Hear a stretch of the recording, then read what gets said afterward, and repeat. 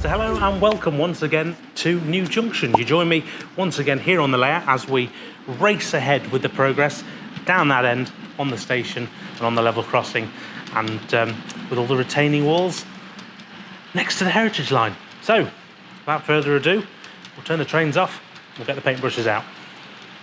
So we're straight back into the crossing here. Now, as you can see, it's as it was in the last video, ready to go, ready for some paint. Now, it's had a lot of fettling. It does need a bit more, but I want to get on and start painting. So there's going to be a few various colours going on here, and I'm primarily using the Rail Centre Ammo Asphalt Roads kit. Now, I particularly like this kit. It's not affiliate, but what I find is these little paints, which have a shaker ball in, if you can hear that, they do particularly well running on MDF. I've not had to prime these pieces in between at all with a varnish. So they have primer on them, but they don't have a varnish on, and they've done really well. So it goes very well, this paint. So I've got a few things here. I've got my trusty Tamiya tape, which I'm going to mask off, and I've also got a piece of scrap wood, which I'll use as a paint palette.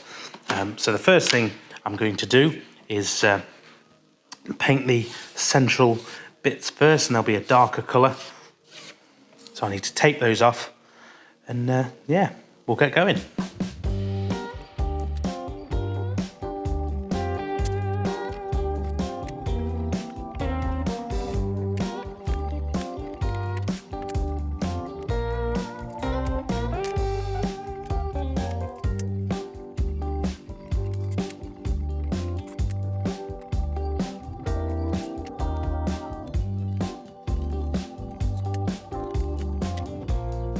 So what I've done is I've just got 2 pots of the grey out. Now I've gone for the industrial grey and the medium ash grey. Now I prefer the medium ash grey, so I want to remove the industrial, and I've added a touch of black to it, just on the fly, because what I tend to find is these central boards are much darker than the road around it.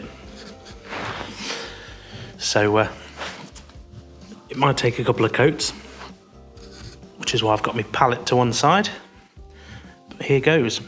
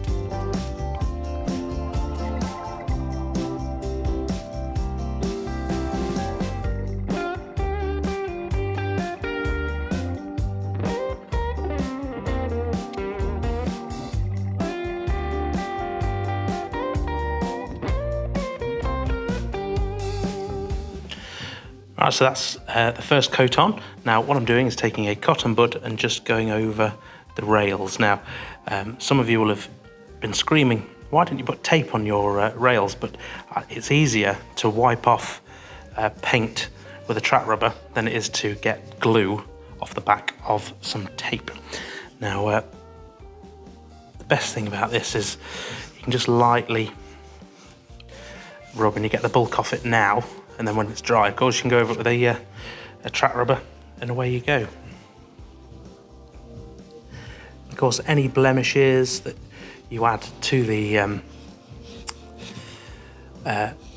boards you've just painted all adds to the realism, because the real things, if you have a closer look, are very used and abused and very tarnished.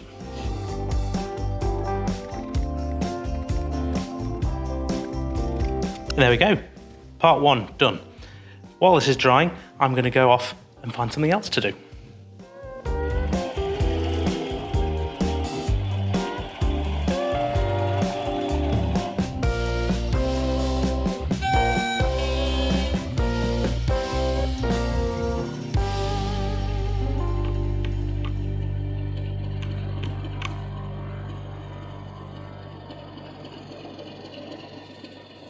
So here we are at the scene and we're going for a closer look now. So the Metcalfe kit, as I mentioned, tried and tested, but it's had its day now. It's starting to warp and misshape and things like that. So that was out. So what I did was I went online and I found a retaining wall that I like the look of. And this is version 1 of my new retaining wall, which I've drawn up and then cut on the laser. Now, I wanted it to be slightly different to the Metcalfe kit, so I wanted something a bit more original. And so I've gone for the opposite. So the inner walls actually slope out and then the face is flat, as opposed to the fascia being at an angle. But either way, it's very nice. It's come out quite well. It's very solid, and as you can see, fits in rather well to my layout. It's roughly the same dimensions as the Metcalfe kit. So then we went on to Mark II, version 2. Now, as you can see, I've added in all the brick texture. Hopefully that's focusing for you. Apologies if not. It's much darker now because it's got all the burn marks of the outlines of the bricks. Now, I posted a picture of this online, and rightly so, I was told or educated that this is stretcher bond, I believe, which is the brick pattern in effect, which would be incorrect for this type of wall. What I actually needed was English bond, which in effect we can see here. This is the third and final version. Now, the joys of cutting it on a laser, it has to fit, for me anyway, on a single sheet of A4 MDF. Otherwise it'll start taking forever to cut. Now, what I mean by English bond is basically you've got tiny bricks. You've got 2 different types of bricks in per row. You've got small bricks and sort of sideways on style, and then there's an end brick on each end. You see the tiny one. So that was fun drawing that in. Anyway, this kit that I've made myself now takes roughly an hour and 20 minutes after some fettling to actually cut with all the brickwork, and I need at least 10 of them. I'm probably going to need 12 of them to do the entire scene. So if I just turn the camera around, you can see there's 2 of them, and I need quite a few. Right, but they go together very easily, so let me show you how. So here is your new retaining wall kit, and it's extremely easy to put together. So, bit of equipment: you will need a Stanley knife, a small cutting board, some laser cut kit glue, and a file. Easy peasy. First things first, let's start popping the bits out.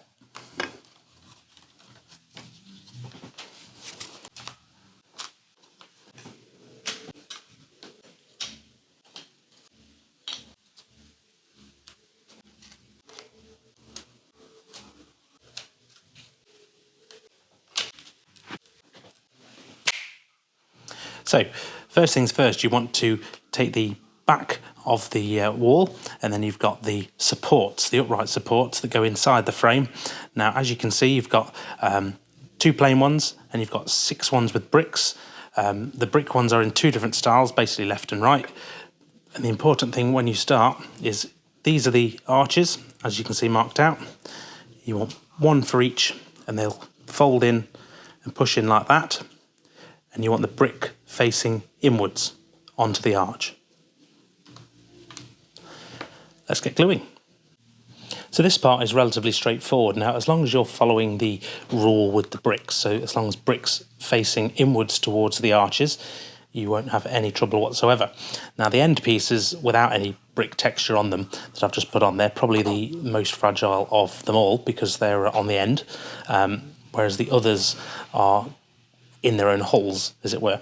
So what I tend to do is use an offcut of MDF or plywood, and then dip it into a pool of glue.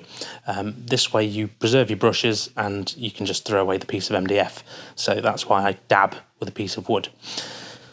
Once these are all in, these now, before you continue, need to fully dry as best they can, because the retaining wall pieces that go in next do add a bit of pressure to the build. So I would let this dry, go make yourself a cup of tea or something like that. Or if you have more than one retaining wall kit, you can start on the next one. So now we take the 3 pieces of brickwork which have these strange upward facing arms. Now these slot into the diagonal grooves from the bottom of the retaining wall. Now I would gently let them find their way. I wouldn't use glue just in case it takes a bit too long to locate them, but they are a nice tight fit. As you can see, you have to be careful in case you knock off the end piece of the wall, because as it stands before the front fascia's on, it is quite a weak element, and I managed to do it on both sides here. So push them in 3/4 of the way up, and then we'll move on to gluing the fascia to the wall. Once the fascia's on and glued, let it dry again, let it go solid, and then you can push in the retaining wall pieces and continue to the next bit. Next, we're going to place the top brick walling. Now you'll start with the bigger, thicker piece. That'll go on first. Again, glue it down, and then you'll go onto the medium piece, and then you'll glue that down. You'll save the thin piece, which will go over the adjoining line once the whole thing is dry and upright. And then, of course, that leaves only the top piece to go on, the actual coveted stones. Now at this point, just while it's all gluing, it might be time to add some weights to the walling, just so it glues nicely, and you can go away and either make another one or do something else on the layout. Run some drains. While it's drying, it's also a good time to go away and paint the arches, which you will notice I haven't put in yet. They simply pop in once they're done, but I will go away and paint those and then place them in at a later date. You also have a second run of arches with no texture on them. Now these can be put in first, and they basically just increase the amount the brick arches stand out from the walling, depending on how much depth you'd like.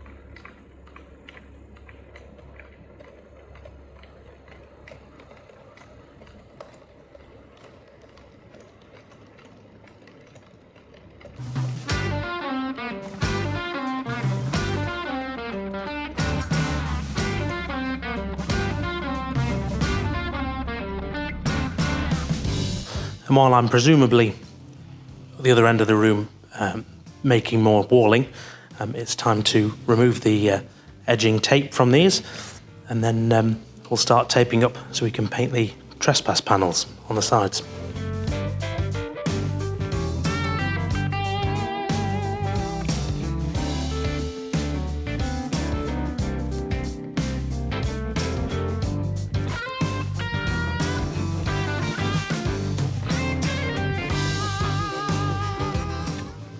Now, I know a lot of you will be thinking, why didn't you just paint the anti-trespass boards before you stuck them down? Well, because when they go in, they need a bit of filing and fettling.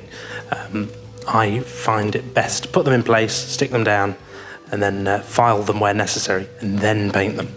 Because if you paint them first, then have to file them, you've only got to paint them again anyway. So this is why.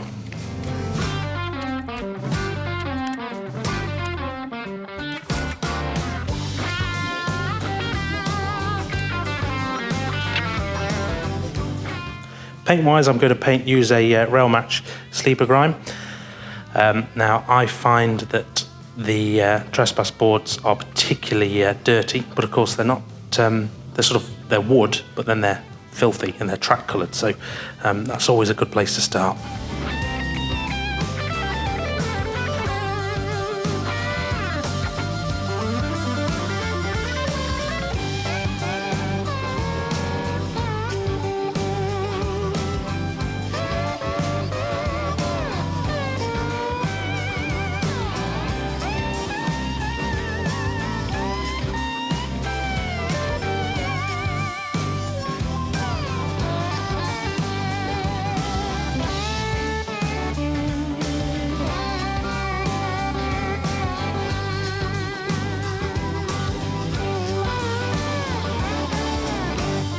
And there we go, first coat done.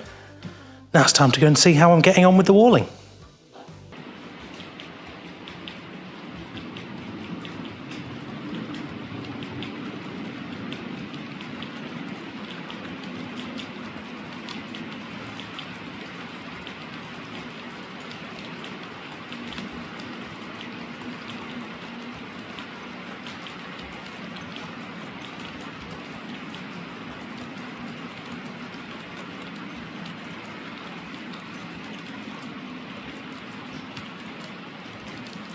There we go. As you can see, I have put together now 8 wall pieces. Now, that's not the entire wall, and they're not in position, they're not fixed properly yet. As you can see, they wobble about, but I think that makes the real difference. Now, compared to the Metcalf walling, which was there before, this is just a bit more refined, a bit more detailed, etc. And it's perfect for the back of a scene. So once all the station and whatnot's in place, these will blend in. But it's really nice to sort of have something which makes a really nice backdrop for photos and even just looking at the scene. And as you can see, your angle now, looking up through the station, I think it's really starting to come on and blend in together, and it's definitely much better than the Larson piling that I had. That was probably too modern for that area, or maybe too tall. But yeah, this is really coming on. As always, I'm putting these together first, and then we will come to painting. Now, I've got one which is under a dummy run. As you can see, this is going for the blue bricks. Now, this will match my tunnel entrances up the other end. That's why I've gone for the blue. Once this is dry, I will not only paint the arch bricks, but I'll also put in a bit of mortar and then wipe it down. And hopefully that'll stop it looking so dark and so gloomy. But you can really see that'll make such a difference once it's in.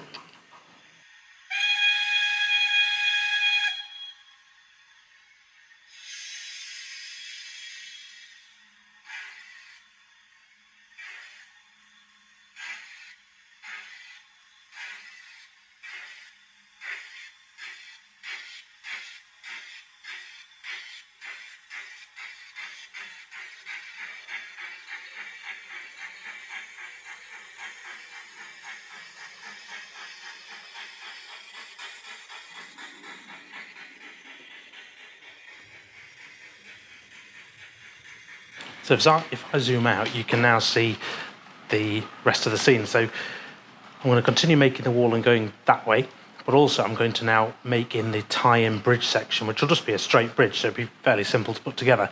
And I'm going to make that here. And I'm going to experiment with trying to, with the sort of laser cut wood, try and cut out rivets. So currently I'm drawing lots of lines and cutting, but you can also take layers off, leaving certain elements, which will, in theory, mean I can do my own rivets and things like that, showing and make metal fascias, if you like, for bridges.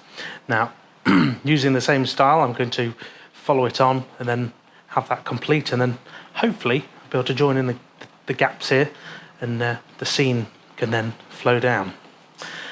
I can't remember if I mentioned last time, but also where the 31's going, the station platform has now been ordered. So next to the buck jumper and whatnot, we'll have an island platform. So it's all coming together. I'm really impressed with how this scene is coming on.